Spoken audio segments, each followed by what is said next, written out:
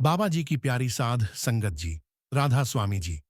एक सवाल जो जीवन भर इंसान सोचने से बचता रहता है, इस दुनिया का सबसे बड़ा और अटल सच आखिर क्या है? जवाब सरल है, मृत्यु। एक ऐसी सच्चाई जिसे न कोई रोक सकता है, न कोई बदल सकता है। राजा भी जाए और भिखारी भी, और जब अंतिम समय आता है तो दोनों बराबर खड़े मिलते हैं। अजीब बात यह है कि इंसान पूरी जिंदगी एक ही भ्रम में फलता फूलता रहता है कि ये जीवन ऐसे ही चलता रहेगा, ये शरीर हमेशा साथ रहेगा, और जो कुछ उसने जोड़ रखा है वो कभी खत्म नहीं होगा। वो दौड़ता है, भागता है, संपत्ति इकट्ठा करता है, लेकिन जब मौत की दस्तक सुनाई देती है तभी समझ आता है कि असली पूंजी तो कुछ और थी। हम सब जानते हैं, जो जन्मा है उसका जाना तय है। फिर भी इंसान इसी सच से सबसे ज्यादा भागता है। जब कोई हमें छोड़कर जाता है तो हम सम्मान के साथ उसकी अंतिम यात्रा पूरी करते हैं, लेकिन क्या कभी रुककर यह सोचा है कि इन अंतिम रस्मों में आखिर कौन सा गहरा संदेश छुपा है? क्यों हमें अग्नि को साक्षी बनाना पड़ता है? क्यों मिट्टी में मिलाना जरूरी होता है? और क्यों हर धर्म मृत्यु को एक दरवाजा बताता है, अंत नहीं? आज हम उन्हीं रहस्यों की परतें खोलने की कोशिश करेंगे। वे रहस्य जो गरुड़ पुराण, श्रीमद् भागवत गीता और प्राचीन ग्रंथों में स्पष्ट लिखे हैं, पर समझ हर किसी को नहीं आती। तो साध संगत जी, आज थोड़ी गहराई में उतरते हैं, एक ऐसी यात्रा पर जहां से जीवन और मृत्यु दोनों का असली अर्थ शुरू होता है। हमारा शरीर पंच महाभूतों पृथ्वी, जल, अग्नि, वायु और आकाश से बना है। यही तत्व हमें चलाते हैं, यही हमें संभालते हैं, और अंत में यही हमें अपने भीतर समा लेते हैं। कितना भी धन इकट्ठा कर लो, कितना भी नाम, कितनी भी शोहरत कमा लो, एक दिन सब कुछ यहीं रह जाना है। सिर्फ कर्म और अंतर की सच्चाई आगे चलती है। यही संसार का नियम है, और इस नियम को न कोई बदल सकता है, न टाल सकता है। गीता में श्री कृष्ण स्पष्ट कहते हैं, जिसने जन्म लिया है उसकी मृत्यु अटल है, और जिसने देह छोड़ी है उसका अगला जन्म भी निश्चित है। यह चक्र न रुकता है, न थमता है। यही प्रकृति की सबसे गूढ़ व्यवस्था है। साध संगत जी, हम सबने यह वाक्य तो कई बार सुना है कि यह जीवन नश्वर है। अर्थ साफ है, हम सबको एक दिन इस मृत्यु लोक से विदा लेना ही है। लेकिन इसके बावजूद इंसान इस विषय से बचता है। मृत्यु का नाम आते ही मन घबरा जाता है और बात बदल दी जाती है। शायद इसीलिए महाभारत के समय युधिष्ठिर ने यक्ष से कहा था, दुनिया का सबसे बड़ा आश्चर्य यही है कि मनुष्य हर रोज किसी न किसी को मरते हुए देखता है, लेकिन अपने मरने के बारे में एक पल भी नहीं सोचता, जबकि यह सत्य उसके लिए भी उतना ही निश्चित है। अब साथ संगत जी, एक बहुत महत्वपूर्ण पहलू समझने की कोशिश करते हैं। मृत्यु के बाद शव को अकेला क्यों नहीं छोड़ा जाता? हम जिस लोक में रहते हैं उसे मृत्यु लोक कहा गया है। यहाँ देह छोड़ने के बाद अंतिम संस्कार से जुड़ी कई परंपराएं हैं, जिनके पीछे आध्यात्मिक कारणों के साथ साथ गहरे वैज्ञानिक आधार भी मौजूद हैं। अगर आपने ध्यान दिया हो तो किसी व्यक्ति का देहांत यदि सूर्यास्त के बाद हो जाए तो परिवार वाले रात बीतने का इंतजार करते हैं। अगले दिन सूर्य उदय होने के बाद ही दाह संस्कार किया जाता है, और यदि मजबूरी में शव को पूरी रात रखना पड़े तो उसे अकेला नहीं छोड़ा जाता। कोई न कोई व्यक्ति उसके पास बैठा रहता है, कभी परिजन, कभी घर का बुजुर्ग, कभी जानकार लोग। वे रात भर शव की देखभाल करते हैं और अंतिम संस्कार पूर्ण होने तक उसे बिना निगरानी के नहीं छोड़ते। ये सिर्फ एक रस्म नहीं, बल्कि मृत्युलोक के उन प्राचीन नियमों में से एक है जो हजारों सालों की समझ, अनुभव और ध्यान पर आधारित है। साध संगत जी, अब थोड़ा विस्तार से यह समझ लेते हैं कि किन परिस्थितियों में शव का अंतिम संस्कार तुरंत नहीं किया जाता। गरुड़ पुराण में इन स्थितियों का बड़ा स्पष्ट और तर्कपूर्ण वर्णन मिलता है, और यही कारण है कि पुराने समय से लेकर आज तक लोग इन नियमों का पालन करते आए हैं। सबसे पहली परिस्थिति, यदि किसी व्यक्ति का देहांत सूर्यास्त के बाद हो, ऐसे में एक रात प्रतीक्षा करना अनिवार्य बताया गया है, क्योंकि माना जाता है कि रात्रि के समय किए गए संस्कार आत्मा को भ्रमित कर सकते हैं और सद्गति मिलने में बाधा बन सकते हैं। इसलिए सूर्योदय के बाद ही दाह संस्कार करने का विधान है। दूसरी स्थिति और भी महत्वपूर्ण है, जब मृत्यु पंचक काल में हो। धर्म ग्रंथों के अनुसार पंचक में मृत्यु होना परिवार के लिए अत्यंत संवेदनशील समय माना गया है। कहा जाता है कि यदि सीधे दाह संस्कार कर दिया जाए तो घर, कुल या खानदान के 5 अन्य सदस्यों पर भी अशुभ प्रभाव पड़ सकता है। इसी कारण ज्ञानी लोग पंचक दोष से बचने के लिए विशेष विधि अपनाते हैं। सूखी पवित्र घास से 5 पुतले बनाए जाते हैं।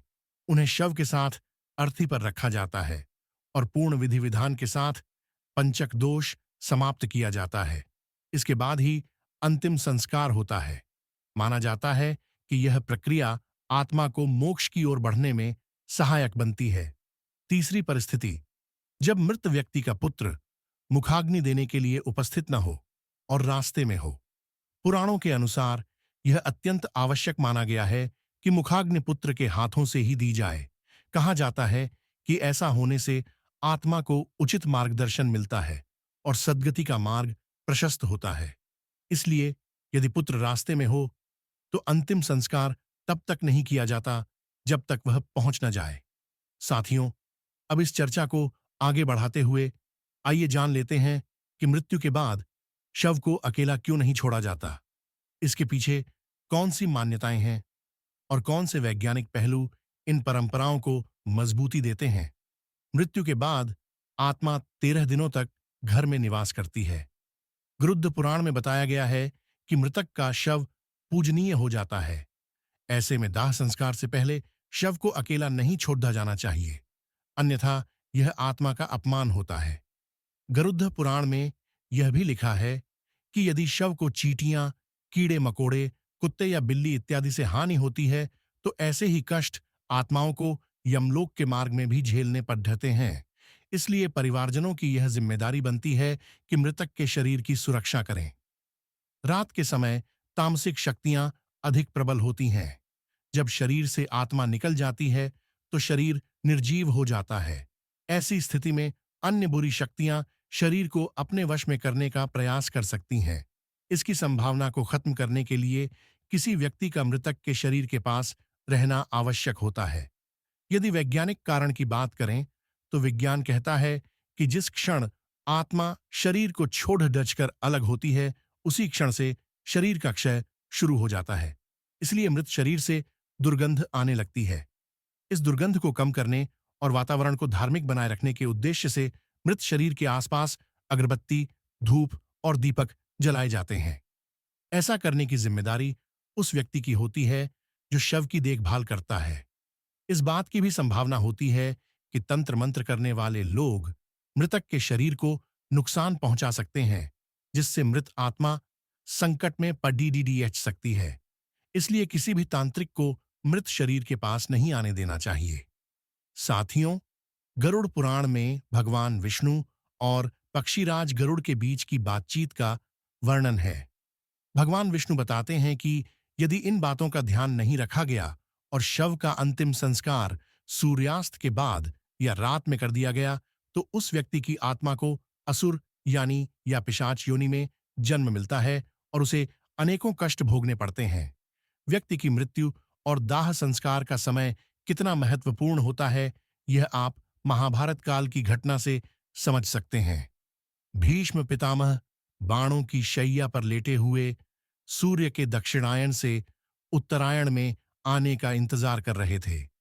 इसके बाद ही उन्होंने अपना शरीर त्याग, क्योंकि उत्तरायण काल में मृत्यु से आत्मा को सद्गति प्राप्त होती है। इसी कारण यदि कोई व्यक्ति रात में मर जाए तो ऐसी स्थिति में शव को रात भर घर पर ही रखा जाता है। सुबह का इंतजार किया जाता है और मृत शरीर को एक भी पल के लिए अकेला नहीं छोड़ा जाता। कोई ना कोई व्यक्ति हमेशा शव की रखवाली के लिए मौजूद रहता है। साथियों, यही कारण है कि शव को अकेला नहीं छोड़ा जाता। साध संगत जी, अब हम जानेंगे कि मृतक को नए कपड़े क्यों पहनाए जाते हैं। दोस्तों, जैसे कि हम आपको ऊपर बता चुके हैं कि सनातन हिंदू धर्म में दाह संस्कार से जुड़े ऐसे कई नियम हैं जिन पर विज्ञान ने भी अपनी राय दी है। इन्हीं नियमों में से एक नियम यह भी है, मृतक को नए कपड़े पहनना। हम में से बहुत से लोगों के मन में यह सवाल आता होगा कि मृत व्यक्ति की चिता में आग लगाने से पहले नए कपड़े क्यों पहनाए जाते हैं? यदि नए कपड़े ना पहनाए जाएं, तो आत्मा का क्या होगा? आत्मा का कपड़े से क्या संबंध होता है? इसके साथ ही साथ हम यह भी जानेंगे कि मृत व्यक्ति के जो कपड़े परिवार के सदस्य निशानी के रूप में रख लेते हैं या उनकी याद में पहनते हैं, ऐसा करने से मृत आत्मा को क्या होता है और गरुड़ध्वजा पुराण में इस विषय पर क्या कहा गया है? दोस्तों, हिंदू धर्म के अनुसार मृतक के शव को गंगा जल से नहलाकर नए वस्त्र पहनाकर उसे विदा किया जाता है। आइए पहले यह जान लेते हैं कि मृत व्यक्ति को दाह संस्कार से पहले स्नान क्यों करवाया जाता है। हिंदू धर्म के 18 पुराणों में से एक गरुड़ पुराण में इस विषय पर कहा गया है कि मृत व्यक्ति को दाह संस्कार से पहले स्नान क्यों करवाया जाता है। गरुड़ पुराण में इस बारे में विस्तार से बताया गया है।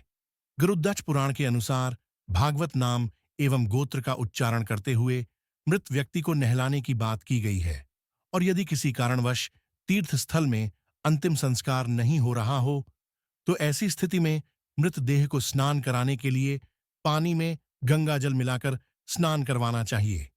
इस दौरान यह ध्यान में रखें कि भगवत नाम जप का उच्चारण नहीं रुकना चाहिए, क्योंकि मंत्र उच्चारण करते हुए नहलाने वाले इंसान के हाथों से स्पर्श किया हुआ जल भी अभिमंत्रित हो जाता है, जिससे यह जल जहां भी पड्डीडीएचता है, अपने आसपास का वातावरण शुद्ध कर देता है। जब यह पवित्र जल मृत व्यक्ति की देह पर पड्डीडीएचता है, तो उसके शरीर का रज और तम कणों का आवरण नष्ट हो जाता है और आत्मा का शरीर से मोह कम होता है। दोस्तों, जिस रज और तम कणों की बात हम यहाँ पर कर रहे हैं, वह प्रकृति से ही उत्पन्न हुए 3 गुण हैं। पहला सतोगुण, दूसरा रजोगुण और तीसरा तमोगुण, जो अविनाशी जीवात्मा को शरीर में बांधते हैं। साथियों, इस बात को आसान शब्दों में समझे तो मृतदेह का अंतिम संस्कार से पहले इस प्रकार स्नान कराने से उसकी आतंरिक शुद्धि होती है। इसके बाद शरीर पर चंदन, तिल के तेल और घी का लेप लगाना चाहिए। फिर उस शव को नए वस्त्र पहना देना चाहिए। गरुड़ पुराण के अनुसार किसी भी शव को बिना वस्त्रों के नहीं जलाना चाहिए। मृतक के शरीर एक को वस्त्र से पूरी तरह ढक देना चाहिए, और इस बात का विशेष रूप से ध्यान रखना चाहिए कि मृतक के वस्त्र नए हों, शुद्ध हो और सफेद रंग के हों। हिंदू धर्म शास्त्रों में सफेद रंग को शांति और पवित्रता का रंग माना जाता है। इसीलिए मृतदेह के शरीर को सफेद कपड़ों से ढका जाता है। सनातन धर्म में सफेद रंग को शुद्धता और मोक्ष का प्रतीक भी माना जाता है। गरुड़ पुराण में यह भी बताया गया है कि मृत व्यक्ति को पहनाए जाने वाले वस्त्रों को पहले थोड़ी देर धूप में रखना चाहिए, और हो सके तो गोमूत्र या गंगा जल का छिड़काव करके उन्हें शुद्ध कर लेना चाहिए।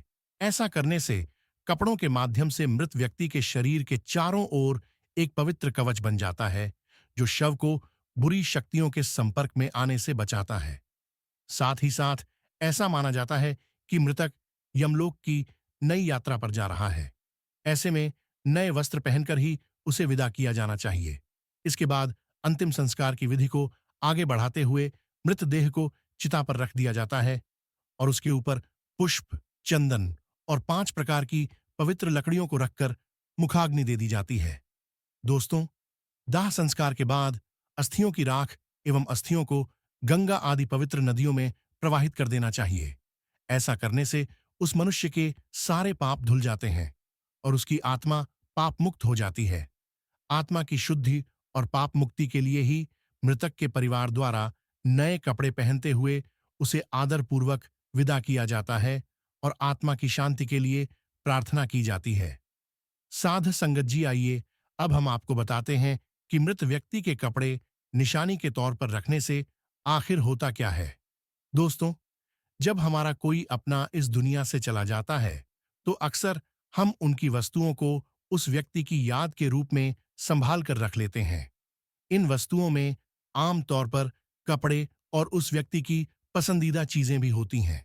कई बार ऐसा भी होता है कि मृतक के कपड़े उनके घर वाले पहन लेते हैं, लेकिन ऐसा कभी नहीं करना चाहिए। सनातन धर्म के अनुसार मृत व्यक्ति के कपड़े पहनने की सख्त पाबंदी है। मान्यता है कि मृतक की आत्मा का अपनी चीजों से जुड़ाव बना रहता है और मृतक के कपड़ों को पहनने से आत्मा का हमारी तरफ आकर्षण बढ़ता है, जिससे मोक्ष प्राप्ति में हानि होती है। ऐसा भी माना जाता है कि अगर कोई उस मृत व्यक्ति के कपड़े पहनता है तो वह उस व्यक्ति से जुड़ी यादों से बाहर नहीं आ पाता है। इसीलिए अगर हम किसी मृत व्यक्ति का सामान अपने इस्तेमाल में लाते हैं तो यह हमें मानसिक रूप से कमजोर बनाता है, क्योंकि हम उस व्यक्ति के न होने के दुखद क्षण को भूल नहीं पाते और वह व्यक्ति हमें बार बार याद आता रहता है।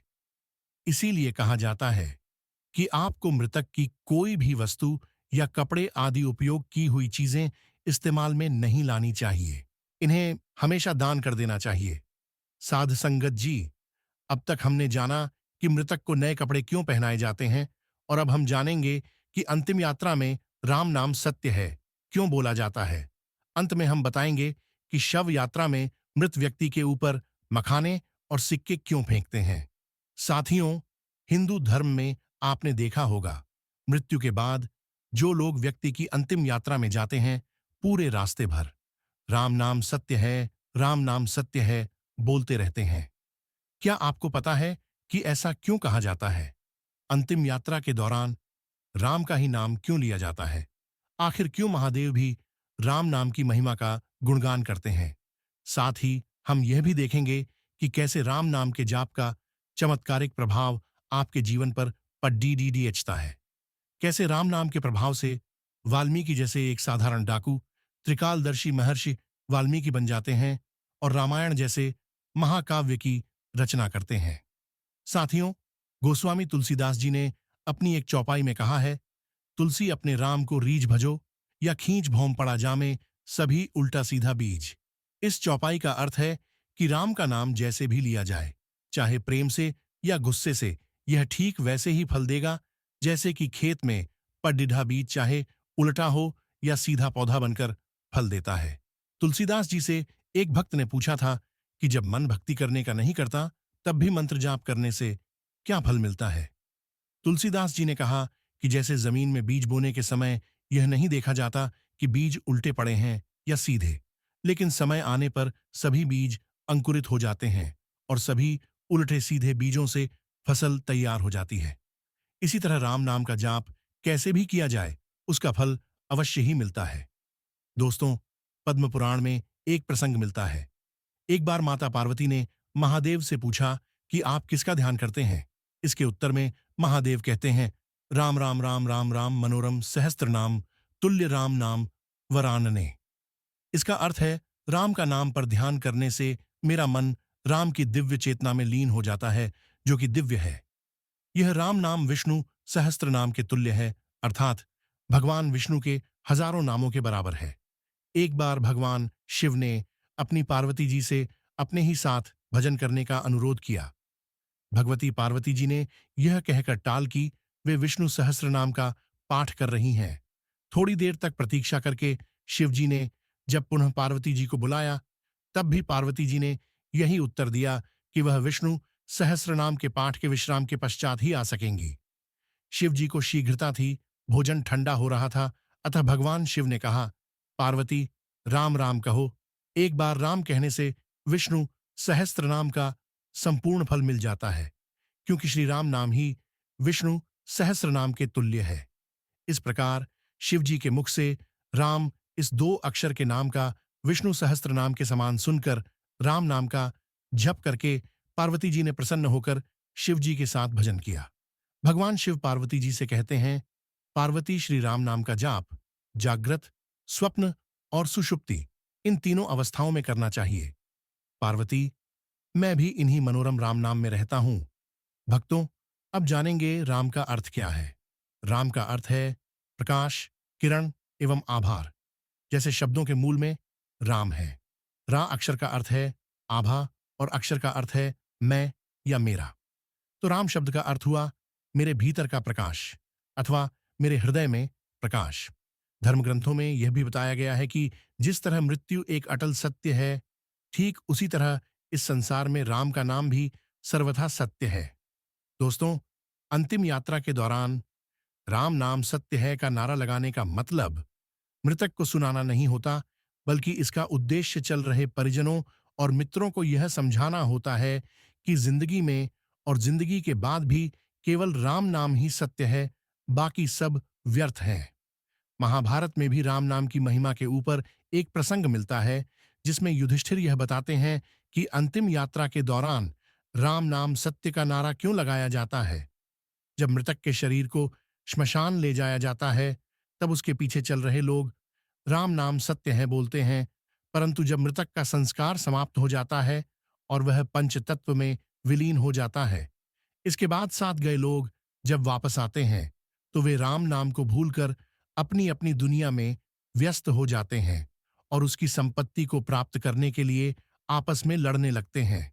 इसके आगे युधिष्ठिर कहते हैं कि हर मनुष्य अपने जीवन में कभी ना कभी किसी ना किसी की अंतिम यात्रा में अवश्य जाता है और राम नाम सत्य है का नारा लगाता ही है, परंतु श्मशान घाट के बाहर आते ही वह इस सत्य को भूल जाता है। मनुष्य इतनी बड़ी सच्चाई को प्रत्यक्ष देखकर भी स्वीकार क्यों नहीं करता? इस बात से बढ़कर इस दुनिया में आश्चर्य और क्या हो सकता है?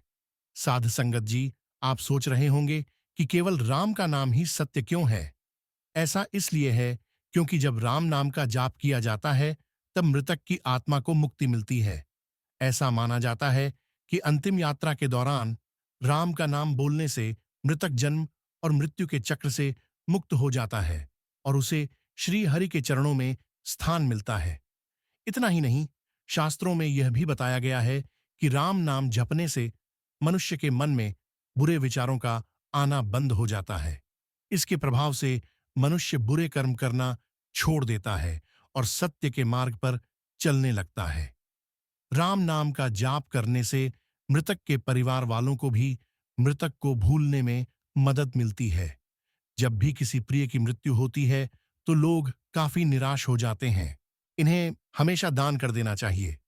साध संगत जी, अब तक हमने जाना कि मृतक को नए कपड़े क्यों पहनाए जाते हैं, और अब हम जानेंगे कि अंतिम यात्रा में राम नाम सत्य है क्यों बोला जाता है। अंत में हम बताएंगे कि शव यात्रा में मृत व्यक्ति के ऊपर मखाने और सिक्के क्यों फेंकते हैं। साथियों, हिंदू धर्म में आपने देखा होगा, मृत्यु के बाद जो लोग व्यक्ति की अंतिम यात्रा में जाते हैं, पूरे रास्ते भर राम नाम सत्य है, राम नाम सत्य है बोलते रहते हैं। क्या आपको पता है कि ऐसा क्यों कहा जाता है? अंतिम यात्रा के दौरान राम का ही नाम क्यों लिया जाता है? आखिर क्यों महादेव भी राम नाम की महिमा का गुणगान करते हैं? साथ ही हम यह भी देखेंगे कि कैसे राम नाम के जाप का चमत्कारिक प्रभाव आपके जीवन पर पड्डीडीडीएचता है। कैसे राम नाम के प्रभाव से वाल्मीकि जैसे एक साधारण डाकू त्रिकालदर्शी महर्षि वाल्मीकि बन जाते हैं और रामायण जैसे महाकाव्य की रचना करते हैं। साथियों, गोस्वामी तुलसीदास जी ने अपनी एक चौपाई में कहा है, तुलसी अपने राम को रीझ भजो या खींच भौम पड़ा जामे, सभी उल्टा सीधा बीज। इस चौपाई का अर्थ है कि राम का नाम जैसे भी लिया जाए, चाहे प्रेम से या गुस्से से, यह ठीक वैसे ही फल देगा जैसे कि खेत में पडिढ़ा बीज चाहे उल्टा हो या सीधा पौधा बनकर फल देता है। तुलसीदास जी से एक भक्त ने पूछा था कि जब मन भक्ति करने का नहीं करता, तब भी मंत्र जाप करने से क्या फल मिलता है? तुलसीदास जी ने कहा कि जैसे जमीन में बीज बोने के समय यह नहीं देखा जाता कि बीज उल्टे पड़े हैं या सीधे, लेकिन समय आने पर सभी बीज अंकुरित हो जाते हैं और सभी उल्टे सीधे बीजों से फसल तैयार हो जाती है। इसी तरह राम नाम का जाप कैसे भी किया जाए, उसका फल अवश्य ही मिलता है। दोस्तों, पद्म पुराण में एक प्रसंग मिलता है। एक बार माता पार्वती ने महादेव से पूछा कि आप किसका ध्यान करते हैं? इसके उत्तर में महादेव कहते हैं, राम राम राम राम राम मनोरम सहस्त्र नाम तुल्य राम नाम वरानने। इसका अर्थ है, राम का नाम पर ध्यान करने से मेरा मन राम की दिव्य चेतना में लीन हो जाता है, जो कि दिव्य है। यह राम नाम विष्णु सहस्त्र नाम के तुल्य है, अर्थात भगवान विष्णु के हजारों नामों के बराबर है। एक बार भगवान शिव ने अपनी पार्वती जी से अपने ही साथ भजन करने का अनुरोध किया। भगवती पार्वती जी ने यह कहकर टाल कि वे विष्णु सहस्त्र नाम का पाठ कर रही हैं। थोड़ी देर तक प्रतीक्षा करके शिवजी ने जब पुनः पार्वती जी को बुलाया, तब भी पार्वती जी ने यही उत्तर दिया कि वह विष्णु सहस्रनाम के पाठ के विश्राम के पश्चात ही आ सकेंगी। शिव जी को शीघ्रता थी, भोजन ठंडा हो रहा था, अतः भगवान शिव ने कहा, पार्वती, राम राम कहो। एक बार राम कहने से विष्णु सहस्त्रनाम का संपूर्ण फल मिल जाता है, क्योंकि श्री राम नाम ही विष्णु सहस्रनाम के तुल्य है। इस प्रकार शिव जी के मुख से राम इस 2 अक्षर के नाम का विष्णु सहस्त्र नाम के समान सुनकर राम नाम का जप करके पार्वती जी ने प्रसन्न होकर शिव जी के साथ भजन किया। भगवान शिव पार्वती जी से कहते हैं, पार्वती, श्री राम नाम का जाप जागृत, स्वप्न और सुषुप्ति, इन तीनों अवस्थाओं में करना चाहिए। पार्वती, मैं भी इन्हीं मनोरम राम नाम में रहता हूं। भक्तों, अब जानेंगे राम का अर्थ क्या है। राम का अर्थ है प्रकाश, किरण एवं आभार। जैसे शब्दों के मूल में राम है। रा अक्षर का अर्थ है आभा और अक्षर का अर्थ है मैं या मेरा। तो राम शब्द का अर्थ हुआ मेरे भीतर का प्रकाश अथवा मेरे हृदय में प्रकाश। धर्म ग्रंथों में यह भी बताया गया है कि जिस तरह मृत्यु एक अटल सत्य है, ठीक उसी तरह इस संसार में राम का नाम भी सर्वथा सत्य है। दोस्तों, अंतिम यात्रा के दौरान राम नाम सत्य है का नारा लगाने का मतलब मृतक को सुनाना नहीं होता, बल्कि इसका उद्देश्य चल रहे परिजनों और मित्रों को यह समझाना होता है कि जिंदगी में और जिंदगी के बाद भी केवल राम नाम ही सत्य है, बाकी सब व्यर्थ है। महाभारत में भी राम नाम की महिमा के ऊपर एक प्रसंग मिलता है, जिसमें युधिष्ठिर यह बताते हैं कि अंतिम यात्रा के दौरान राम नाम सत्य का नारा क्यों लगाया जाता है। जब मृतक के शरीर को श्मशान ले जाया जाता है, तब उसके पीछे चल रहे लोग राम नाम सत्य है बोलते हैं, परंतु जब मृतक का संस्कार समाप्त हो जाता है और वह पंच तत्व में विलीन हो जाता है, इसके बाद साथ गए लोग जब वापस आते हैं, तो वे राम नाम को भूलकर अपनी अपनी दुनिया में व्यस्त हो जाते हैं और उसकी संपत्ति को प्राप्त करने के लिए आपस में लड़ने लगते हैं। इसके आगे युधिष्ठिर कहते हैं कि हर मनुष्य अपने जीवन में कभी ना कभी किसी ना किसी की अंतिम यात्रा में अवश्य जाता है और राम नाम सत्य है का नारा लगाता ही है, परंतु श्मशान घाट के बाहर आते ही वह इस सत्य को भूल जाता है। मनुष्य इतनी बड़ी सच्चाई को प्रत्यक्ष देखकर भी स्वीकार क्यों नहीं करता? इस बात से बढ़कर इस दुनिया में आश्चर्य और क्या हो सकता है? साध संगत जी, आप सोच रहे होंगे कि केवल राम का नाम ही सत्य क्यों है। ऐसा इसलिए है क्योंकि जब राम नाम का जाप किया जाता है, तब मृतक की आत्मा को मुक्ति मिलती है। ऐसा माना जाता है कि अंतिम यात्रा के दौरान राम का नाम बोलने से मृतक जन्म और मृत्यु के चक्र से मुक्त हो जाता है और उसे श्री हरि के चरणों में स्थान मिलता है। इतना ही नहीं, शास्त्रों में यह भी बताया गया है कि राम नाम जपने से मनुष्य के मन में बुरे विचारों का आना बंद हो जाता है। इसके प्रभाव से मनुष्य बुरे कर्म करना छोड़ देता है और सत्य के मार्ग पर चलने लगता है। राम नाम का जाप करने से मृतक के परिवार वालों को भी मृतक को भूलने में मदद मिलती है। जब भी किसी प्रिय की मृत्यु होती है, तो लोग काफी निराश हो जाते हैं। ऐसी स्थिति में एक राम नाम ही वह मंत्र है जो उन्हें दुख की घड्डी से बाहर निकालने में मदद करता है। साथियों, आपको और हमें राम का नाम एक सामान्य नाम जैसा लग सकता है, लेकिन जब आप इस शब्द को रामायण के संदर्भ से देखेंगे, तो राम नाम बहुत विस्तृत हो जाता है। राम नाम का प्रभाव इतना है कि वाल्मीकि जैसे खूंखार डाकू को महर्षि बना सकता है। ऐसी मान्यता है कि महर्षि वाल्मीकि पहले रत्नाकर नाम के खूंखार डाकू थे। वाल्मीकि का जन्म लोभी प्रजाति में हुआ था। बाल्यावस्था में ही एक भीलनी ने उन्हें चुरा लिया था और भील समाज में ही उनका लालन पालन हुआ। भील परिवार के लोग जंगल के रास्ते से गुजरने वाले लोगों को लूटते थे। रत्नाकर ने भी अपने परिवार के साथ डकैती और लूटपाट का काम करना शुरू कर दिया। मान्यता है कि एक बार साधुओं की एक मंडली जंगल से गुजर रही थी। रत्नाकर ने साधुओं को लूटने और उनकी जान लेने का प्रयास किया, लेकिन साधुओं के तेजस्वी प्रभाव में आने के बाद उनमें बदलाव आया। उन्होंने अपने कर्मों के लिए माफी मांगी और साधुओं से अपने उद्धार का मार्ग बताने का आग्रह किया। साधुओं ने उन्हें तमसा नदी के तट पर राम नाम का जाप करने को कहा। दोस्तों, केवल राम नाम के जाप से उनके जीवन में ऐसा परिवर्तन हुआ कि वे त्रिकालदर्शी हो गए और श्री राम के जन्म से पहले ही उन्होंने 24,000 श्लोकों में रामायण की रचना कर दी। साथियों, तो ये थी हमारे राम नाम की महिमा। हमने अब तक समझा कि कैसे राम का नाम आपको भवसागर से पार कर सकता है। आइए साथियों, अब जानते हैं शव यात्रा में मखाने और सिक्के क्यों फेंके जाते हैं। दोस्तों, मखाना फेंकने का कारण है समाज को शिक्षा देना कि यह अहंकार त्यागने का समय है। मृत व्यक्ति को सामने देखकर समाज यह सीखे। मखाना को सांकेतिक रूप में इस्तेमाल किया जाता है क्योंकि जिस तरह से मखाना बाहर से फुला हुआ होता है और दबाव डालने पर सिकुड़ जाता है, ठीक उसी तरह व्यक्ति जब जिंदा होता है तो कई चीजों के लिए बाहर से घमंडी हो जाता है, लेकिन मरने के बाद वह एक लाश बनकर रह जाता है। सिक्का फेंककर यह संदेश दिया जाता है कि जो इंसान जिंदगी भर उसके पीछे भागता रहा है, वह मरने के बाद अपने आसपास सैकड़ों सिक्के होते हुए भी उन्हें उठा नहीं सकता। हिंदू शास्त्रों के अनुसार मृत्यु के बाद व्यक्ति की आत्मा परमात्मा में लीन हो जाती है, इसलिए शव यात्रा देखना शुभ माना जाता है। शास्त्रों के अनुसार किसी की अंतिम विदाई देखने से व्यक्ति को पुण्य की प्राप्ति होती है। शव यात्रा के महत्व को गरुड़ पुराण में इस तरह लिखा गया है कि यदि कोई व्यक्ति किसी मृत व्यक्ति को कंधा देता है तो उस व्यक्ति को एक यज्ञ के बराबर का पुण्य मिलता है। साध संगत जी, अब हम जानेंगे कि मृत व्यक्ति को श्मशान ले जाते समय उसकी अर्थी के आगे एक व्यक्ति मटके में क्या लेकर चलता है, जिसका संबंध मृत व्यक्ति की शादी के फेरों से कैसे होता है।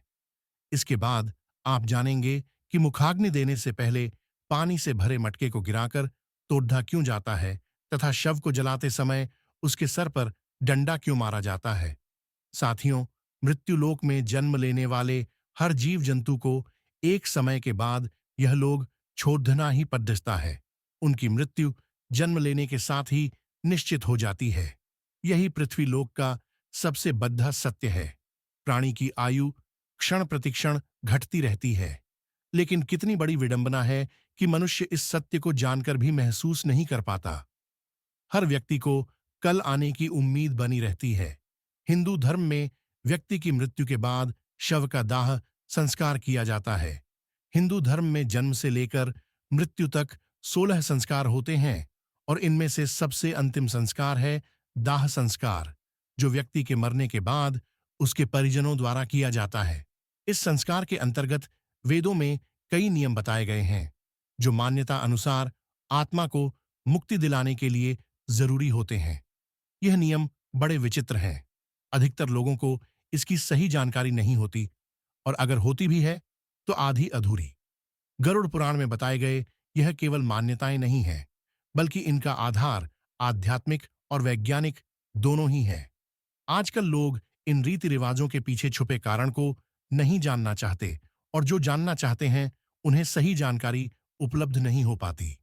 आज हम आपको अंतिम संस्कार से जुड़े कुछ अजीबोगरीब नियम और मान्यताओं के बारे में बताएंगे और साथ ही साथ उनका आध्यात्मिक और वैज्ञानिक कारण भी स्पष्ट करेंगे। दोस्तों, आज देखने को मिलता है कि हम में से कई लोग अपनी पुरानी मान्यताओं को अंधविश्वास मानते हैं और वैज्ञानिक तर्क देकर धर्म के किसी भी उल्लेख को नजरअंदाज कर देते हैं। पतली रस्सी में बंधी मटकी और उससे निकलता हुआ धुआं आपने भी हिंदू शव यात्राओं में देखा होगा। इस मटकी को हाथ में पकड़कर मृतक का कोई परिजन शव यात्रा में सबसे आगे चलता है। फिर शमशान घाट पहुंचकर इसी मटकी की अग्नि को घास पर रखकर सुलगा दिया जाता है और इसी से मृतक का दाह संस्कार किया जाता है। यानी कि घर से लाई गई इस अग्नि से मृतक का शरीर जलाया जाता है। मृतक के घर से लाई गई अग्नि से ही अंतिम संस्कार करने के पीछे एक खास वजह है।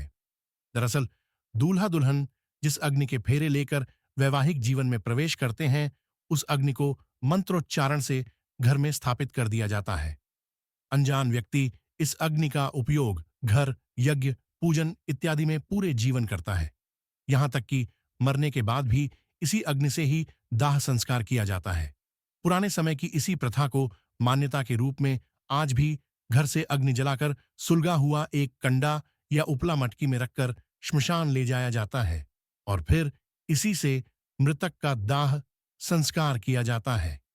आइए अब बात करते हैं कि मुखाग्नि देने से पहले पानी से भरे मटके को गिराकर तोड़ा क्यों जाता है।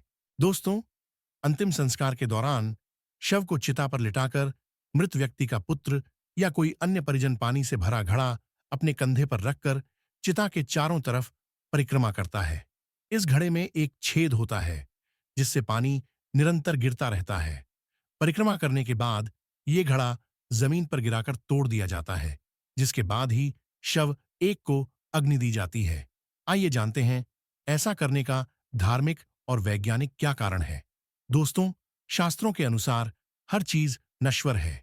संजीव से लेकर निर्जीव तक सभी एक निश्चित समय पर नष्ट हो जाते हैं। हिंदू धर्म के अनुसार जीवन एक छेद वाले घड़े की तरह है जिसमें आयु रूपी पानी हर पल टपकता रहता है और ऐसे ही बूंद बूंद करके मटके से गिरते गिरते वह पानी कुछ ही समय में खत्म हो जाता है। ठीक वैसे ही जैसे किसी जीव की आयु भी एक निश्चित समय पर समाप्त हो जाती है। जब आयु खत्म हो जाती है तो निष्प्रभ से मोह टूट जाता है। दोस्तों, अगर आपको ऐसा लगता है कि इसके पीछे सिर्फ अंधविश्वास है, तो आपको बता दें कि ऐसा बिल्कुल भी नहीं है।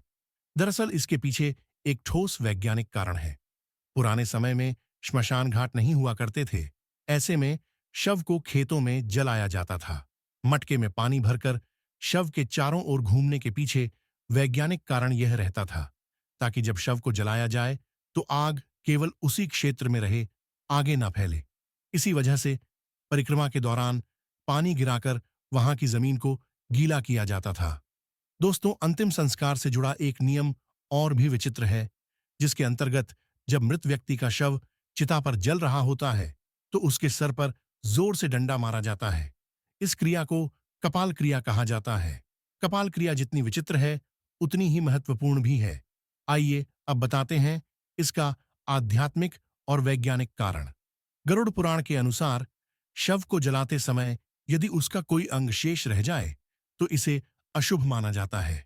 शास्त्रों के अनुसार दाह संस्कार की क्रिया से मृत व्यक्ति का अगला जीवन प्रभावित हो सकता है। इसीलिए घी और कपूर के प्रयोग से शव को पूरी तरह जलाया जाता है। कई बार पूरा शरीर जल जाने पर भी सर नहीं चल पाता, इसीलिए डंडे से प्रहार करके उसे फोड़ दिया जाता है जिससे वह पूरी तरह जल जाए। डंडे से प्रहार खोपड़ी के बीचों बीच किया जाता है जहां पर ब्रह्मरंध्र होता है। धार्मिक मान्यताओं के अनुसार जिस व्यक्ति का ब्रह्मरंध्र भेज दिया जाता है तो उसे स्वर्ग मिलता है। कभी कभी यह भी संभव है कि अंतिम संस्कार के समय यदि खोपड़ी बुरी तरह ना जले तो तांत्रिक इसे अपने साथ ले जाकर तंत्र क्रियाओं में इसका उपयोग करते हैं। ऐसे में मृत व्यक्ति की आत्मा को बहुत कष्ट पहुंचता है और मृतक के परिवार पर भी संकट आता है।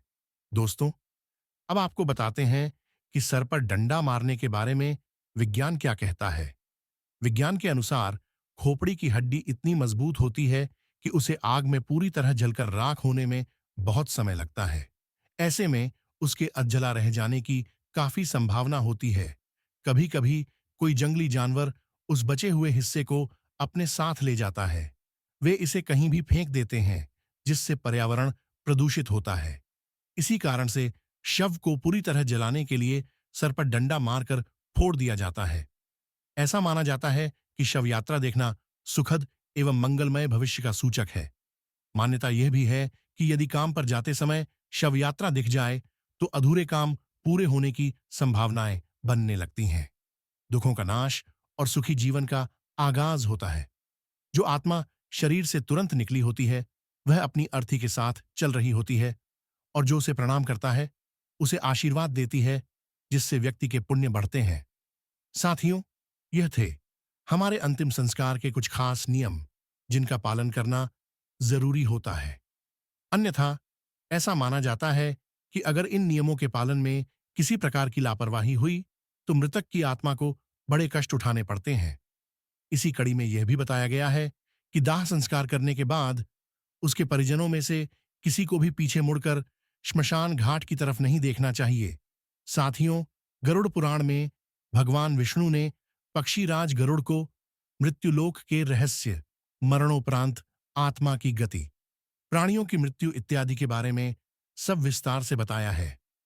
मृत व्यक्ति के शरीर को छोड़ने के बाद आत्मा कब कितने समय कहाँ रहती है, इस बारे में बताते हुए भगवान विष्णु ने यह भी बताया है कि किसी व्यक्ति का दाह संस्कार करने के बाद उसके परिजनों अर्थात परिवार वालों को श्मशान घाट की ओर पीछे मुड़कर कभी नहीं देखना चाहिए।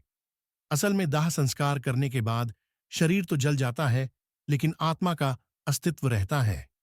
गीता में भी यही बताया गया है कि आत्मा को कोई शस्त्र काट नहीं सकता, आग जला नहीं सकती, जल गीला नहीं कर सकता और वायु सुखा नहीं सकती।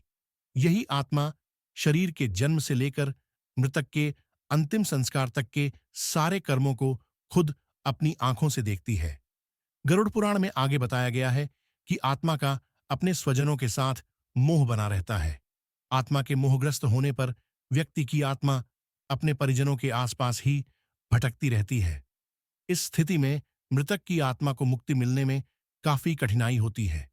इसीलिए ऐसी स्थिति में इस मोह का टूटना बहुत जरूरी है, क्योंकि अगर ऐसा नहीं हो तो मृतक की आत्मा का परलोक गमन नहीं हो पाता और वह प्रेत योनि में ही बंध कर रह जाती है।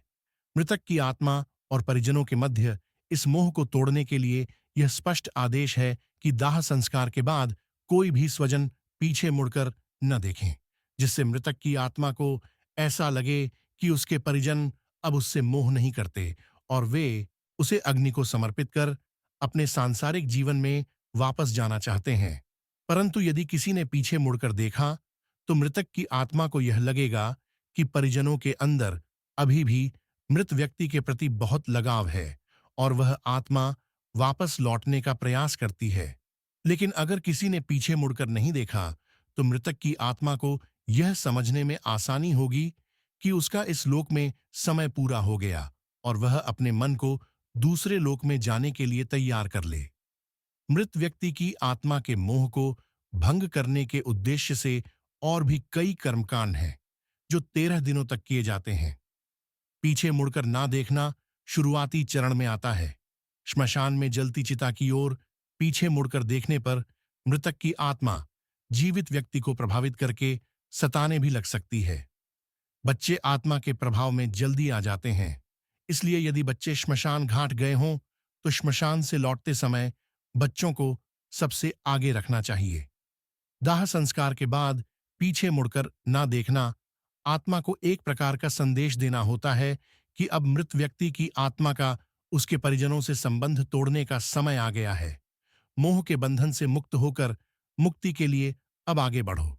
आत्मा की मुक्ति से जुड़ा एक और महत्वपूर्ण प्रसंग यह भी है कि जिस मनुष्य की अकाल मृत्यु हो जाती है, चाहे वह दुर्घटना, आत्महत्या, कोई बीमारी या किसी अन्य कारण से हो, तो ऐसे इंसान की आत्मा को जल्दी मुक्ति नहीं मिल पाती। परंतु अगर उसके कर्म बहुत ही अच्छे हों तो सद्गति प्राप्त होती है, वरना काफी कष्ट उठाने पड़ते हैं। हालांकि गरुड़ पुराण में अकाल मृत्यु को लेकर भी कई कर्मकांड बताए गए हैं। उनका पालन पूरे वैदिक तरीके से होना चाहिए। इसीलिए दाह संस्कार के बाद श्मशान घाट की तरफ पीछे मुड़कर नहीं देखना चाहिए। साध संगत जी, अब हम जानेंगे कि परिजनों के अंतिम संस्कार करने के 3 दिन बाद ही अस्थियां क्यों चुनी जाती हैं। अस्थि विसर्जन में समय का बहुत महत्व है और इसलिए दाह संस्कार के बाद अधिकतम तीसरे या चौथे दिन तक अस्थि विसर्जित कर देना ही उपयुक्त माना गया है। अब सवाल उठता है कि तीसरा या चौथा दिन ही क्यों? और अगर अस्थि विसर्जन तीसरे या चौथे दिन तक ना हो पाए तो क्या करें? दोस्तों, अस्थि विसर्जन किसी मृत व्यक्ति के दाह संस्कार के बाद किया जाने वाला एक अनुष्ठान है। इसका अर्थ होता है चिता में जल गए मृत व्यक्ति की हड्डियों और राख को जल में विसर्जित करना। शास्त्रों के अनुसार अस्थियों को पवित्र नदियों में ही विसर्जित करना चाहिए, जिसमें सबसे ज्यादा महत्व गंगा नदी का है। इसलिए हर साल करोड़ों की संख्या में लोग हरिद्वार और वाराणसी जैसे पुण्य स्थानों पर देश के हर कोने से अस्थि विसर्जन के लिए आते हैं। दोस्तों, अस्थियों का विसर्जन एक साधारण प्रक्रिया नहीं है। यह कार्य इतना महत्वपूर्ण है कि अगर इसे सही समय से सही नियम के साथ ना किया जाए तो आत्मा को मुक्ति नहीं मिलती। ऐसा इसलिए है क्योंकि धर्म ग्रंथों में कहा गया है कि भौतिक शरीर पंचमहाभूत अर्थात पंच तत्वों से मिलकर बना है। पृथ्वी, जल, अग्नि, वायु और आकाश। दाह संस्कार की क्रिया में जब शरीर को जलाया जाता है तो पृथ्वी, अग्नि, वायु और आकाश को अपना अपना तत्व वापस मिल जाता है। लेकिन जब तक जल तत्व को अपना अंश नहीं मिलता तब तक चक्र पूरा नहीं होता और इसीलिए यदि अस्थि विसर्जन सही समय या नियम से ना किया जाए तो आत्मा को मुक्ति नहीं मिलती और ना ही वह नया शरीर धारण कर पाती है। तो आइए जानते हैं अस्थि विसर्जन से जुड़े विशेष नियम क्या हैं। इसके साथ ही साथ हम आपको गरुड़ पुराण और अन्य धर्मशास्त्रों में लिखित गंगा नदी के महत्व और अस्थि विसर्जन के लिए सबसे उपयुक्त नदी होने का कारण भी बताएंगे। इतना ही नहीं, अस्थि विसर्जन नदियों में करने को लेकर विज्ञान क्या कहता है, आज हम यह भी जानेंगे। साध संगत जी, हमारे हिंदू धर्म के 18 पुराणों में से एक गरुड़ पुराण में मनुष्य के जन्म और मरण से संबंधित समस्त रहस्यों का वर्णन किया गया है और इन्हीं विचित्र रहस्यों में है 3 दिन तक अस्थि संचयन करने का सही कारण। इसके अनुसार मृत्यु होने के दूसरे, तीसरे या चौथे दिन तक अस्थि संचय अर्थात अस्थियों को इकट्ठा कर लेना चाहिए। इसके बाद इन अस्थियों का विसर्जन 10 दिनों के भीतर ही कर देना चाहिए। आज समाज के बहुत से लोग इसका पालन भी करते हैं, लेकिन इसके पीछे का असली रहस्य केवल कुछ लोगों को ही पता है। गरुड़ पुराण में स्पष्ट लिखा है कि जिस व्यक्ति ने चिता को आग लगाई हो उसे अस्थियों का संचयन चौथे दिन करना चाहिए और अन्य लोग जिन्होंने चिता को मुखाग्नि नहीं दी है उन्हें अस्थियों का संचयन दूसरे या तीसरे दिन ही कर लेना चाहिए। धर्मशास्त्रों के अनुसार अंतिम संस्कार के 3-4 दिन के भीतर ही अस्थि एकत्रित कर लेनी चाहिए क्योंकि दाह संस्कार के दौरान मंत्रों के उच्चारण से अस्थियों में आकाश एवं तेज तत्वों की संयुक्त ऊर्जा विद्यमान हो जाती है। इसका प्रभाव 3-4 दिनों के उपरांत कम होने लगता है, जिससे अस्थियों के चारों ओर निर्मित सुरक्षा कवच की क्षमता भी कम पड़ने लगती है। ऐसे में अनिष्ट शक्तियों या प्रेतात्माएं जो श्मशान घाट में विचरण करती रहती हैं, अस्थियों पर कब्जा करके जीव को कष्ट देती है और ऐसा भी संभव है कि वह अनिष्टकारी शक्तियां उसके माध्यम से मृतक के परिजनों को भी कष्ट देने का प्रयत्न करें। इसलिए ऐसी स्थिति उत्पन्न होने से पहले ही अस्थियों को श्मशान घाट से हटा लिया जाता है। लोगों का मानना है कि जिस व्यक्ति ने मुखाग्नि दी होती है उसे श्मशान या अन्य अपवित्र स्थानों पर नहीं जाना चाहिए क्योंकि वहां अनिष्टकारी शक्तियां उसको नुकसान पहुंचा सकती हैं। इसलिए आजकल आप लोगों ने भी देखा होगा कि मृतक के परिजन चिता की अग्नि शांत होते ही राख और अस्थियां लेकर घर लौट जाते हैं, जो कि व्यावहारिक दृष्टिकोण से सही भी लगता है। इसका एक कारण यह भी है कि आजकल श्मशान घाट पर एक के बाद एक कई चिताएं जलाई जाती हैं।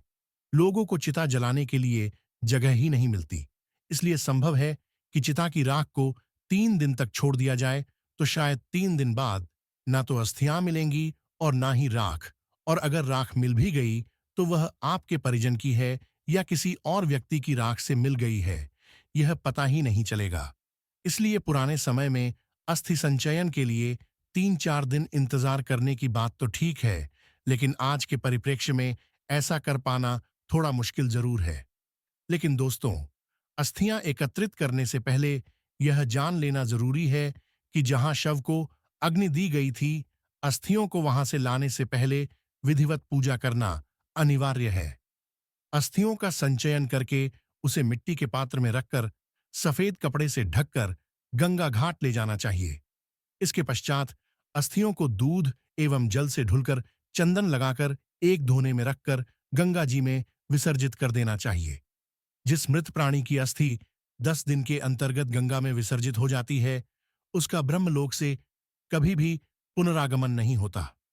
गंगा जल में मनुष्य की अस्थि जब तक रहती है उतने 1000 वर्षों तक वह स्वर्गलोक में विराजमान रहता है। एक बात और है जो आपको ध्यान में रखना चाहिए। जिस दिन अंतिम संस्कार किया गया हो उस दिन से लेकर अगले 13 दिनों तक जब तक आत्मा के निमित्त किए जाने वाले श्राद्ध और पिंडदान पूरा नहीं हो जाता, तब तक घर में पवित्रता का वातावरण बनाकर रखना चाहिए। मुख्य रूप से उस व्यक्ति को जिसने चिता को मुखाग्नि दी हो। इस अशौच काल के दौरान घर में पूजा पाठ या कोई मांगलिक कार्यक्रम इत्यादि नहीं किया जाना चाहिए। इसके साथ ही घर के सारे सदस्यों को शारीरिक संबंध बनाने से भी दूर रहना चाहिए। इस दौरान मृतक को शुद्धता से बनाए गए उसकी रुचि का खाना और पानी पूरे 13 दिनों तक पीपल के पेड़ में बंधे मिट्टी के बर्तन में हर रोज देना चाहिए। इसके अलावा यह भी बताया गया है कि मृत्यु के दिन से 10 दिन तक किसी योग्य ब्राह्मण से गरुड़ पुराण सुनना चाहिए और यह पाठ उसी स्थान पर करें जहां अंतिम बार मृत व्यक्ति के शव को रखा गया था। साथ ही इसका भी ध्यान रखें कि यह पाठ सूर्यास्त से पहले ही खत्म हो जाए।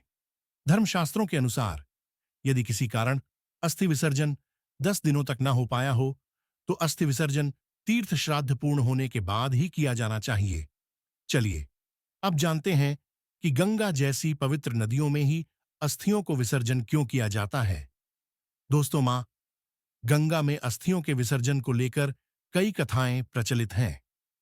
इससे जुड़ी पौराणिक मान्यताओं की एक कहानी आप में से कुछ लोगों को शायद पता होगी। अगर नहीं तो आइए जानते हैं। इस पौराणिक कथा के अनुसार राजा शांतनु और मां गंगा का विवाह हुआ। जब मां गंगा से राजा के पुत्र पैदा हुए तो एक एक करके पूरे 7 पुत्रों को माता गंगा ने गंगा नदी में प्रवाहित कर दिया। राजा यह सब देखकर भी वचन में बंधे होने के कारण मां गंगा को नहीं रोक सके। लेकिन जब 8वें पुत्र की बारी आई तो उन्होंने ऐसा करने की वजह पूछी, जिस पर मां गंगा ने उत्तर दिया कि जिन 7 बच्चों को उन्होंने गंगा नदी में प्रवाहित किया था वे सब देवता थे जो श्राप के कारण मृत्युलोक में जन्मे थे। उनके उद्धार के लिए गंगा नदी में विसर्जित करना ही एकमात्र उपाय था। इसी मान्यता के अनुसार अस्थियों को गंगा नदी में विसर्जित किए जाने का प्रचलन शुरू हुआ। विज्ञान के अनुसार अस्थि विसर्जन नदियों में होने के कुछ लाभ भी हैं। इससे जल को पोषक तत्व मिलते हैं, मृदा की उर्वरा शक्ति बढ़ती है जो खेती के लिए अच्छा है। अस्थि विसर्जन से पानी की गुणवत्ता में भी सुधार होता है। तो दोस्तों, आशा है कि आपको यह बात समझ में ए गई होगी कि धर्म ग्रंथों में अस्थियों का संचयन 3 दिन के अंदर ही किए जाने के लिए क्यों कहा गया है और फिर अस्थियों को गंगा नदी में ही प्रवाहित करने को इतना महत्व क्यों दिया गया है। साध संगत जी, आज के लिए बस इतना ही। उम्मीद करते हैं अगर आपने हमारे चैनल को सब्सक्राइब नहीं किया है तो जरूर करिए। फिर मिलेंगे अगले वीडियो में एक नई सीख के साथ। तब तक के लिए अपना ख्याल रखिए और हमेशा मुस्कुराते रहिए। और हाँ, वीडियो को अंत तक देखने के लिए आपका बहुत बहुत धन्यवाद। राधा स्वामी जी।